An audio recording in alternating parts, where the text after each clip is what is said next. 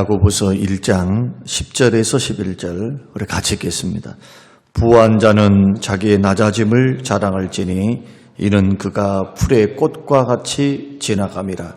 해가 돋고 뜨거운 바람이 불어 풀을 말리면 꽃이 떨어져 그 모양의 아름다움이 없어지나니 부한 자도 그 행하는 일에 이와 같이 쇠잔하리라. 아멘. 아멘. 우리 어제 말씀을 통해서 우리가 이 세상을 살아가다 보면 예수 믿는 사람들도 때로는 가난해질 때가 있고 때로는 주의 은혜로 풍요로워질 때가 있습니다.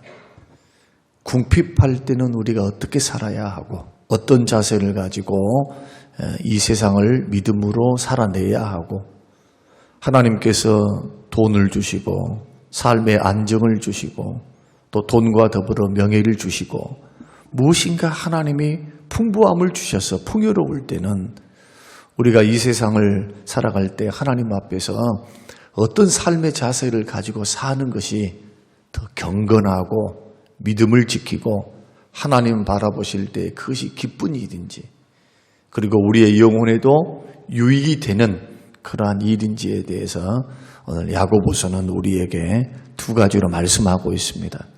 어제 말씀을 여러분 상기시켜 보십시오. 내가 물질이 없고 가난하고 궁핍해서 세상 사람들과 옆 사람들과 비교해 보니까 나는 너무 못 살아. 너무 힘들어요. 자존심도 상합니다. 그리고 낙심이 됩니다. 위축이 됩니다. 막 스스로 자기가 비관이 돼요. 내 나이 50이 넘었는데 60이 넘었는데 아직도 이렇게 살아야 하는가? 나는 하나님 앞에 봉사도 하고 하나님께 열심히 충성을 다했는데도 나의 형편은 나아질 기미가 보이지 아니할 때. 그때 왜 우리는 비하하지 말고 위축되지 말고 자긍심을 잃지 말고 부함을 자랑해야 하는가?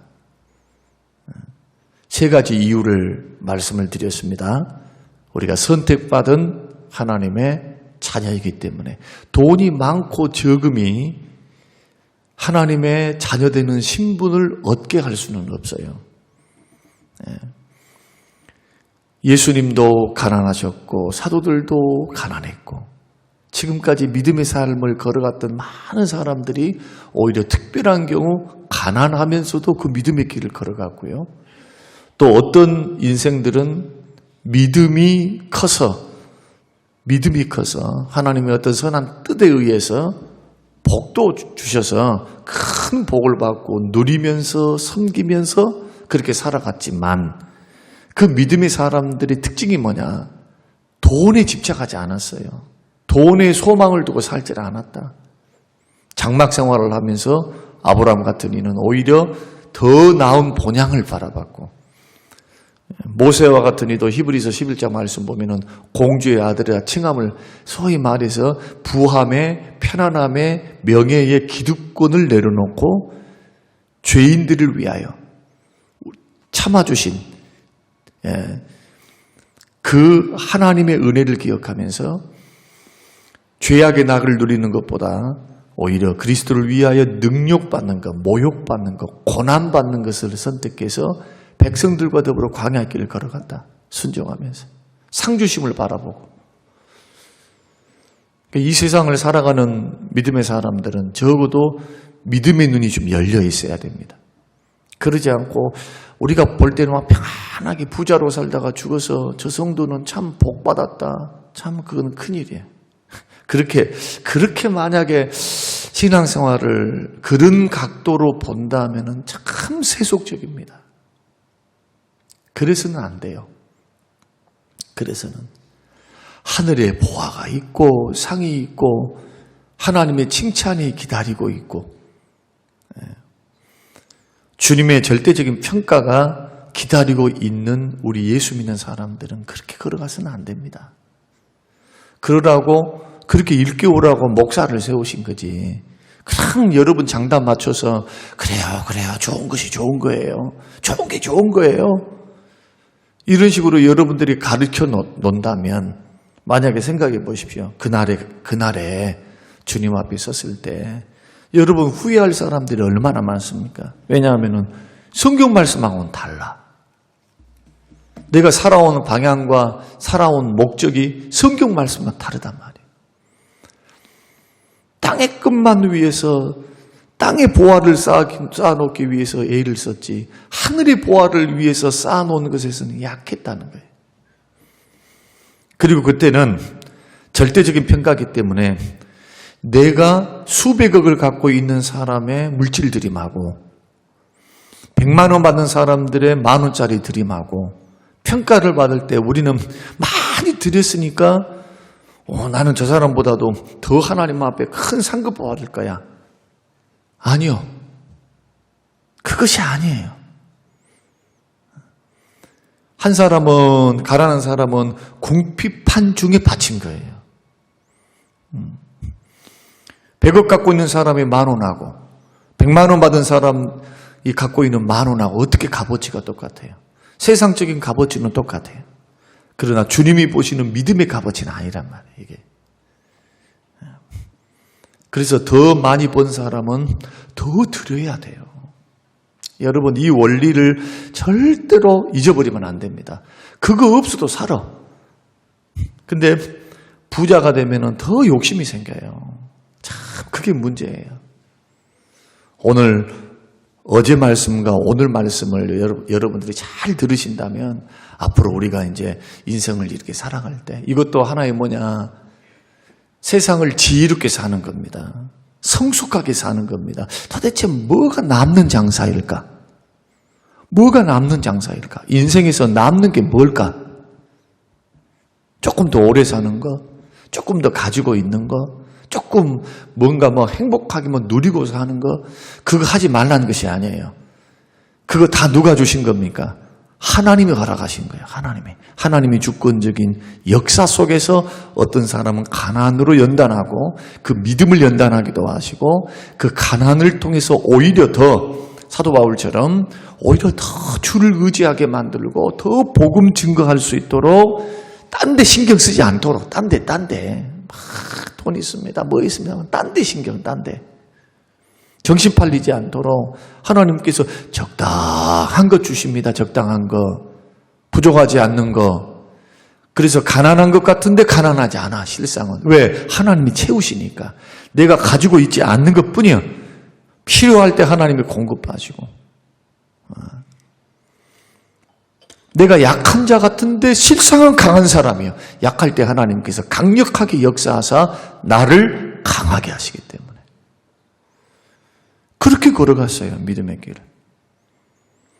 혹시 저와 여러분 가운데 정말 나는 가난하다. 나는 정말 뭔가 되는 것이 없다. 라고 생각하면서 믿음의 길을 외로이 걸어가고 실망과 절망 속에 걸어가고 있는 분들 기억하십시다. 저와 여러분들은 하나님의 선택받은 자녀요. 두 번째는 장차 주님의 영광에 참여합니다. 여기는 부자였냐 가난한 자였냐 하나로 상관이 없어요. 그걸 가지고 어떻게 썼느냐, 어떻게 주님 앞에 활용했느냐, 상급이 결정이 되니까 상급이. 그날에 예수 믿고 구원받으면은 하나님의 자녀로서 영원히 구원을 받는 것이죠. 그러나 이 땅에서 하나님 앞에 내가 어떻게 드리고 섬기며 살았는가, 나의 자원을 가지고 어떻게 활용하며 살았는가가 상급이 결정이 돼요. 칭찬이 결정이 되고 그 영광에 참여한다. 차별이 없다. 그러나 상급에 맞게. 셋째는 성도는 세상에서 가장 소중하고 귀중한 뭘 가졌느냐? 보배, 예수의 생명, 영생을 가졌어요. 그러니까 영생, 신령한 복이다. 에베소서 1장에서 말씀하는 신령한 복인 영생 그 하나만 가지고 있어도 사실은 복받은 사람이에요. 복받은 사람. 천사들은 우리의 종이고 우리를 섬기는 자들이고 그날에는 영광스러운 몸을 입고 예수님 몸처럼 부활의 영광의 몸을 입고 우리는 그 나라에서 영원토록 주와 함께 살 겁니다. 그 과정이 바로 이 세상 사는 삶입니다. 이때 우리가 여러 가지 이유 때문에 가난하고 또 명예도 없고 질병도 있고 어려움도 있어도 또 핍박과 고난과 어려움이 있어도 여러분 절대로 비하하거나 위축되거나 막 자긍심을 잃어버리지 말고 당당하게 사시고 은혜를 소망하면서 천국 소망하면서 여러분 하나님 앞에 걸어갈 수 있는 저와 여러분이 되시기를 주의 이름으로 축원드립니다. 이런 중심이 딱 서 있어야지. 마귀가 시험 안 해요. 마귀가 쓸데없이 뭐 하려고 옆에 있는 사람하고 비교합니까? 비교. 자꾸 비교하면 자기만 비참해지는 거예요. 비교하려면 나보다 못한 사람, 그런 사람과 비교해야 되고, 제가 목회를 하면서 수많은 사람 성도들을 봤지만은 완벽하게 만족한 사람 한 사람도 없어요. 두 가지 이유 때문이요. 첫째는 그 사람 마음속에 있는 욕심. 그 정도면 감사하지. 욕심이에요, 욕심. 다른 사람과 비교 한번 해봐봐요. 더 힘든 성도들과 비교해 보면 얼마나 감사 조건이 많아. 그래도 만족이 안 되는 거야. 그런 경우 하나. 또 하나는 뭐냐? 영적으로 훈련이 못 됐어요. 감사 훈련, 감사. 자꾸 비교를 엉뚱한 사람과 비교를 하려 해요. 내가 욕심 부린다 해서 복을 받으면 얼마나 좋겠어요. 복의 근원 되신 주께서 길을 열어주셔야 돼요. 주님이 주시는 물질은 사라지지 않아요. 그 물질은 보존이 돼. 그러나 욕심껏 벌었던 그러한 물질들은 욕심대로 나가. 욕심대로. 이런 부분들을 우리가 꼭 기억하셔야 된다. 그럼 오늘은 부한 성도가 이 세상을 살아가는 삶의 자세가 뭐냐? 10절의 말씀 보면은 낮아짐을 자랑하라. 그렇게 말씀합니다. 왜 낮아져야 될까요? 교만해지기 쉬워요. 돈이나 있다, 명예가 있다, 뭔가 좀 됐다 하면 사람이 교만해지기 쉬워요. 두 번째는 사람들로부터 섬김을 받으려고 그래요. 자꾸. 뭔가 내가 헌금을 많이 했습니다. 뭘 했습니다. 저걸 했습니다. 막 인정받고 막 섬김을 받으려고 해요. 교회 안에서도. 그래서 낮아짐을 자랑해야 돼요. 자꾸. 그러면 낮아짐이 뭐냐? 종으로 봉사하라는 게 봉사. 하나님이 주신 물질을 가지고 가만히 있지 말고 낮아짐을 자랑하라. 스스로 섬기면서 가난하고 어렵고 힘든 이웃들, 그리고 몸된 교회에 주께서 일하시는 일들이 있잖아요. 그런 일들에 가만히 있지 말고 하나님이 주신 물질을 가지고 흘려보내야 돼. 자꾸 물질을. 성경이 주시는 복의 원리 가운데 하나는 뭐냐 하면 믿음으로 순종해요. 믿습니까? 믿음으로 순종이 돼야 돼. 믿음으로 순종해야 복을 받아요. 절대로 순종이 없으면 복되지 못합니다. 기도만 하고 있다고요? 천만의 말씀. 야베스의 기도는 순종을 전제로 하는 기도예요. 순종을. 절대로 내가 복만 받겠습니다가 아니에요. 야베스는. 비천하게 태어났어도 그는 주님 앞에 이렇게 나에게 복을 주십시오. 하나님이 허락하신 이유 가운데 하나는 뭐냐면 그래 간절한 소원과 간절한 믿음을 담았기 때문이지만 그는 다른 형제들과 달라요. 왜? 기도하는 믿음이 순종하는 믿음. 그래서 구원받는 믿음에서 순종의 믿음의 그 모습을 주님이 보신 거예요. 성경 어디를 한번 다 쳐다보세요. 내 말이 너희 안에 거하고 너가 내 안에 거하면 내 말이 말씀 순종 안에 거하는 사람. 무엇이든지 원하는 대로 구하라. 그러니까 기도자는 반드시 교회를 나와서 여러분 기도하면서 늘 기도 생활 고맙고 감사한데 그 기도 생활에서 정말 복되고 형통하려면 그 기도를 통해서 자꾸 순종의 길을 걸어가야 돼요. 기도하다 보면 주님이 깨닫게 하시거든요. 말씀 듣고 기도하다 보면은 내가 이 소원을 아뢰면서 막 기도했는데 주님께서는 막 생각나게 주님의 일을, 주의 뜻을, 그러면 그 길에 순종하면서 기도하면서 나가야 돼요. 그래야만 소원도 이루어지고 복도 받아요. 여러분 바꿔서 한번 생각해 보세요. 기도는 열심히 한다 순종할 줄을 몰라. 그러면 여러분들은 자식한테 쟤는 와가지고 나한테는 그냥 맨날 원하는 것은 많은데 아이, 맨날 보면은 청개구리야. 여러분이라면은 그 기분 좋게 그냥 내 자식이니까 무조건 해준다. 옛날 부흥 강사들은 그렇게 가르쳤단 말이에요. 그렇게. 더 열심히 기도하라고. 그 말은 뭐냐? 순종이 필요 없다는 말이 아니라 열심히 기도하란 말이에요. 열심히. 그러나 거기에 단서가 붙어요. 단서가. 부한 자는 자기 낮아짐을 자랑해야 돼요. 그 물질을 자꾸 주님이 주셨으니까 흘려보내야 돼. 자꾸. 어려운 이웃, 몸된 교회, 선교사님들 섬기는 거. 그 성경은 복받는 원리 가운데 하나는 뭐냐? 주는 자. 주면은 채워주시는 은혜예요. 주면은 채워주시는 은혜. 과도 아낀다 해가지고 그 물질이 계속 남아있는 게 아니다.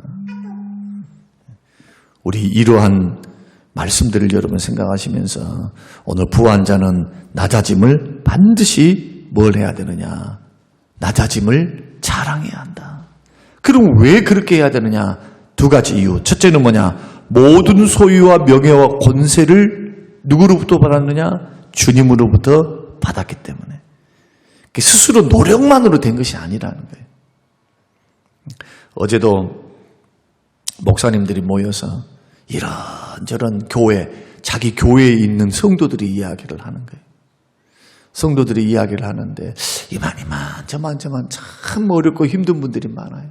그런데 이제 말하기 좋으니까 그렇지만은 서로 이제 질병에 대한 이야기들이 나왔어요. 뇌졸중으로 쓰러졌는데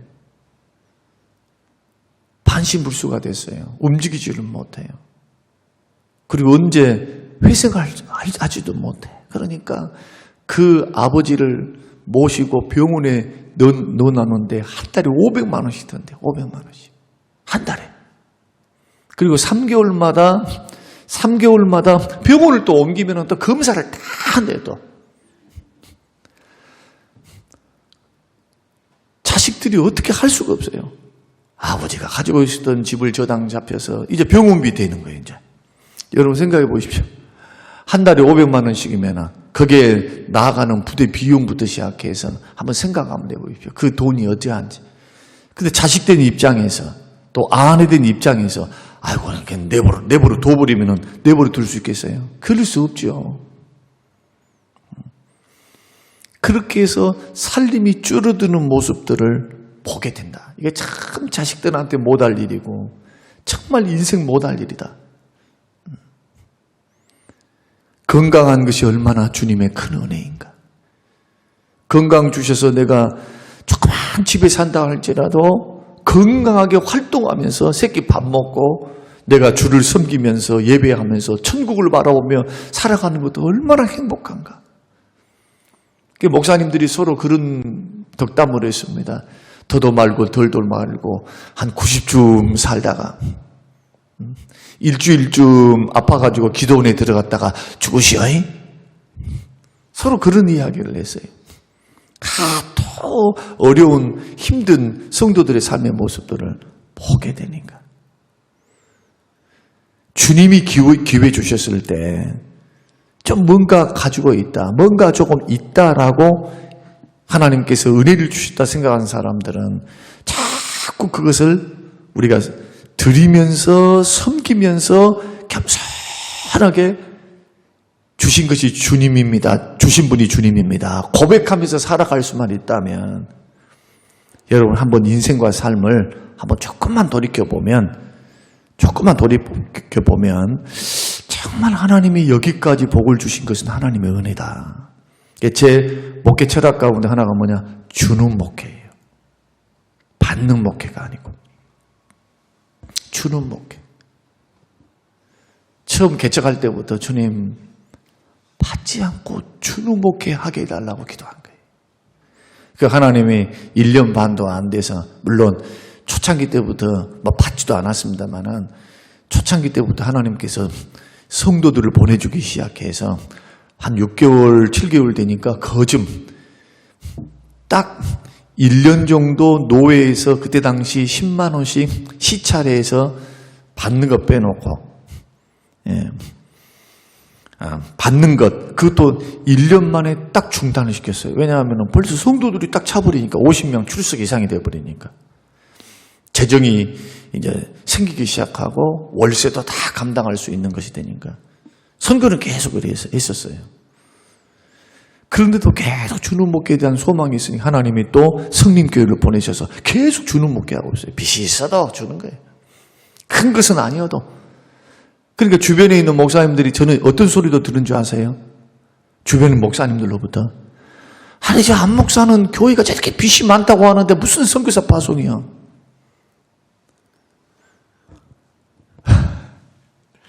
저렇게 빚이 많으면서 뭔 돕는다고 저렇게. 세월이 지나서 보니까 그런 심음이 없는데 어떻게 저 땅을 다 샀겠어요. 좀 땅의 값어치가 얼마입니까 지금? 몇 배가 지금. 우리 교회는 헌당하고도 남았어요. 지금 싹 정리하고 하면은 지금 적자가 아니에요. 적자가. 다 재산을 말씀 안 드려서 그러지.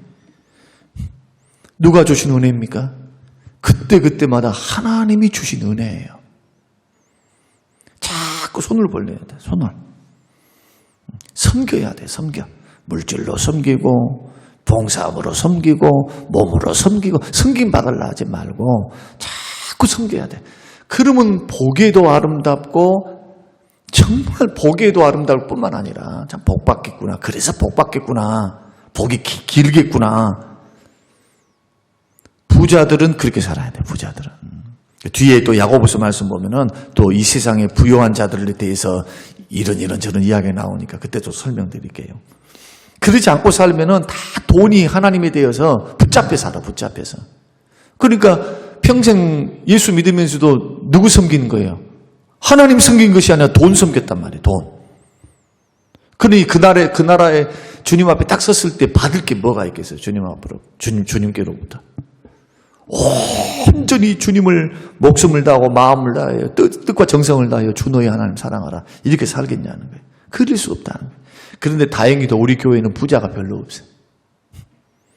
근데 이런 시험은 나는 없다 생각해요. 부자가 없다니까. 다 고만고만하게 사니까. 혹시라도 부자가 되걸랑 이 말씀을 꼭 기억하시라. 두 번째는 이 모든 것들이 언젠가는 우리를 떠난다. 11절. 쇠잔에 져가요. 날마다 돈 있을 것 같아요? 그래, 안 해요. 아까 설명드렸던 어떤 사고, 사건, 어떤 일들을 사기당했다, 뭐했다, 이랬다, 저랬다. 이런 일들을 통해서 주께서 보호하시고 지켜주시지 않으면 재산도 날개 달린 듯이 잠언의 말씀 보니까 날아가 버려요. 이런 데 너무 소망을 가져서는 안 된다. 그러므로 11절 말씀 보시면 우리가 이 세상 살아가는 동안에 누리는 모든 것들이 시간이 지나가면 다 아무것도 아닌데 그 없어질 것에 목숨을 걸면서 그렇게 살아서는 안 된다. 영원한 천국을 바라보고 주님 주실 상급, 주님을 주신 물질의 축복을 바라보면서 가난할 때도 낙심하지 말고 부할 때도 교만하지 말고 결국엔 뭐 하라는 겁니까? 주 섬기면서 믿음으로 승리해서 걸어가라는 거예요. 믿습니까? 이 일념, 이 믿음에서 절대로 흐트러지지 마시고 저와 여러분이 믿음으로 굳건히 서서 정말 성숙한 믿음으로 여러분 걸어갈 수 있는 저와 여러분들의 인생과 삶이 되시기를 주님의 이름으로 축원합니다. 고마우신 아버지 하나님, 고맙고 감사합니다.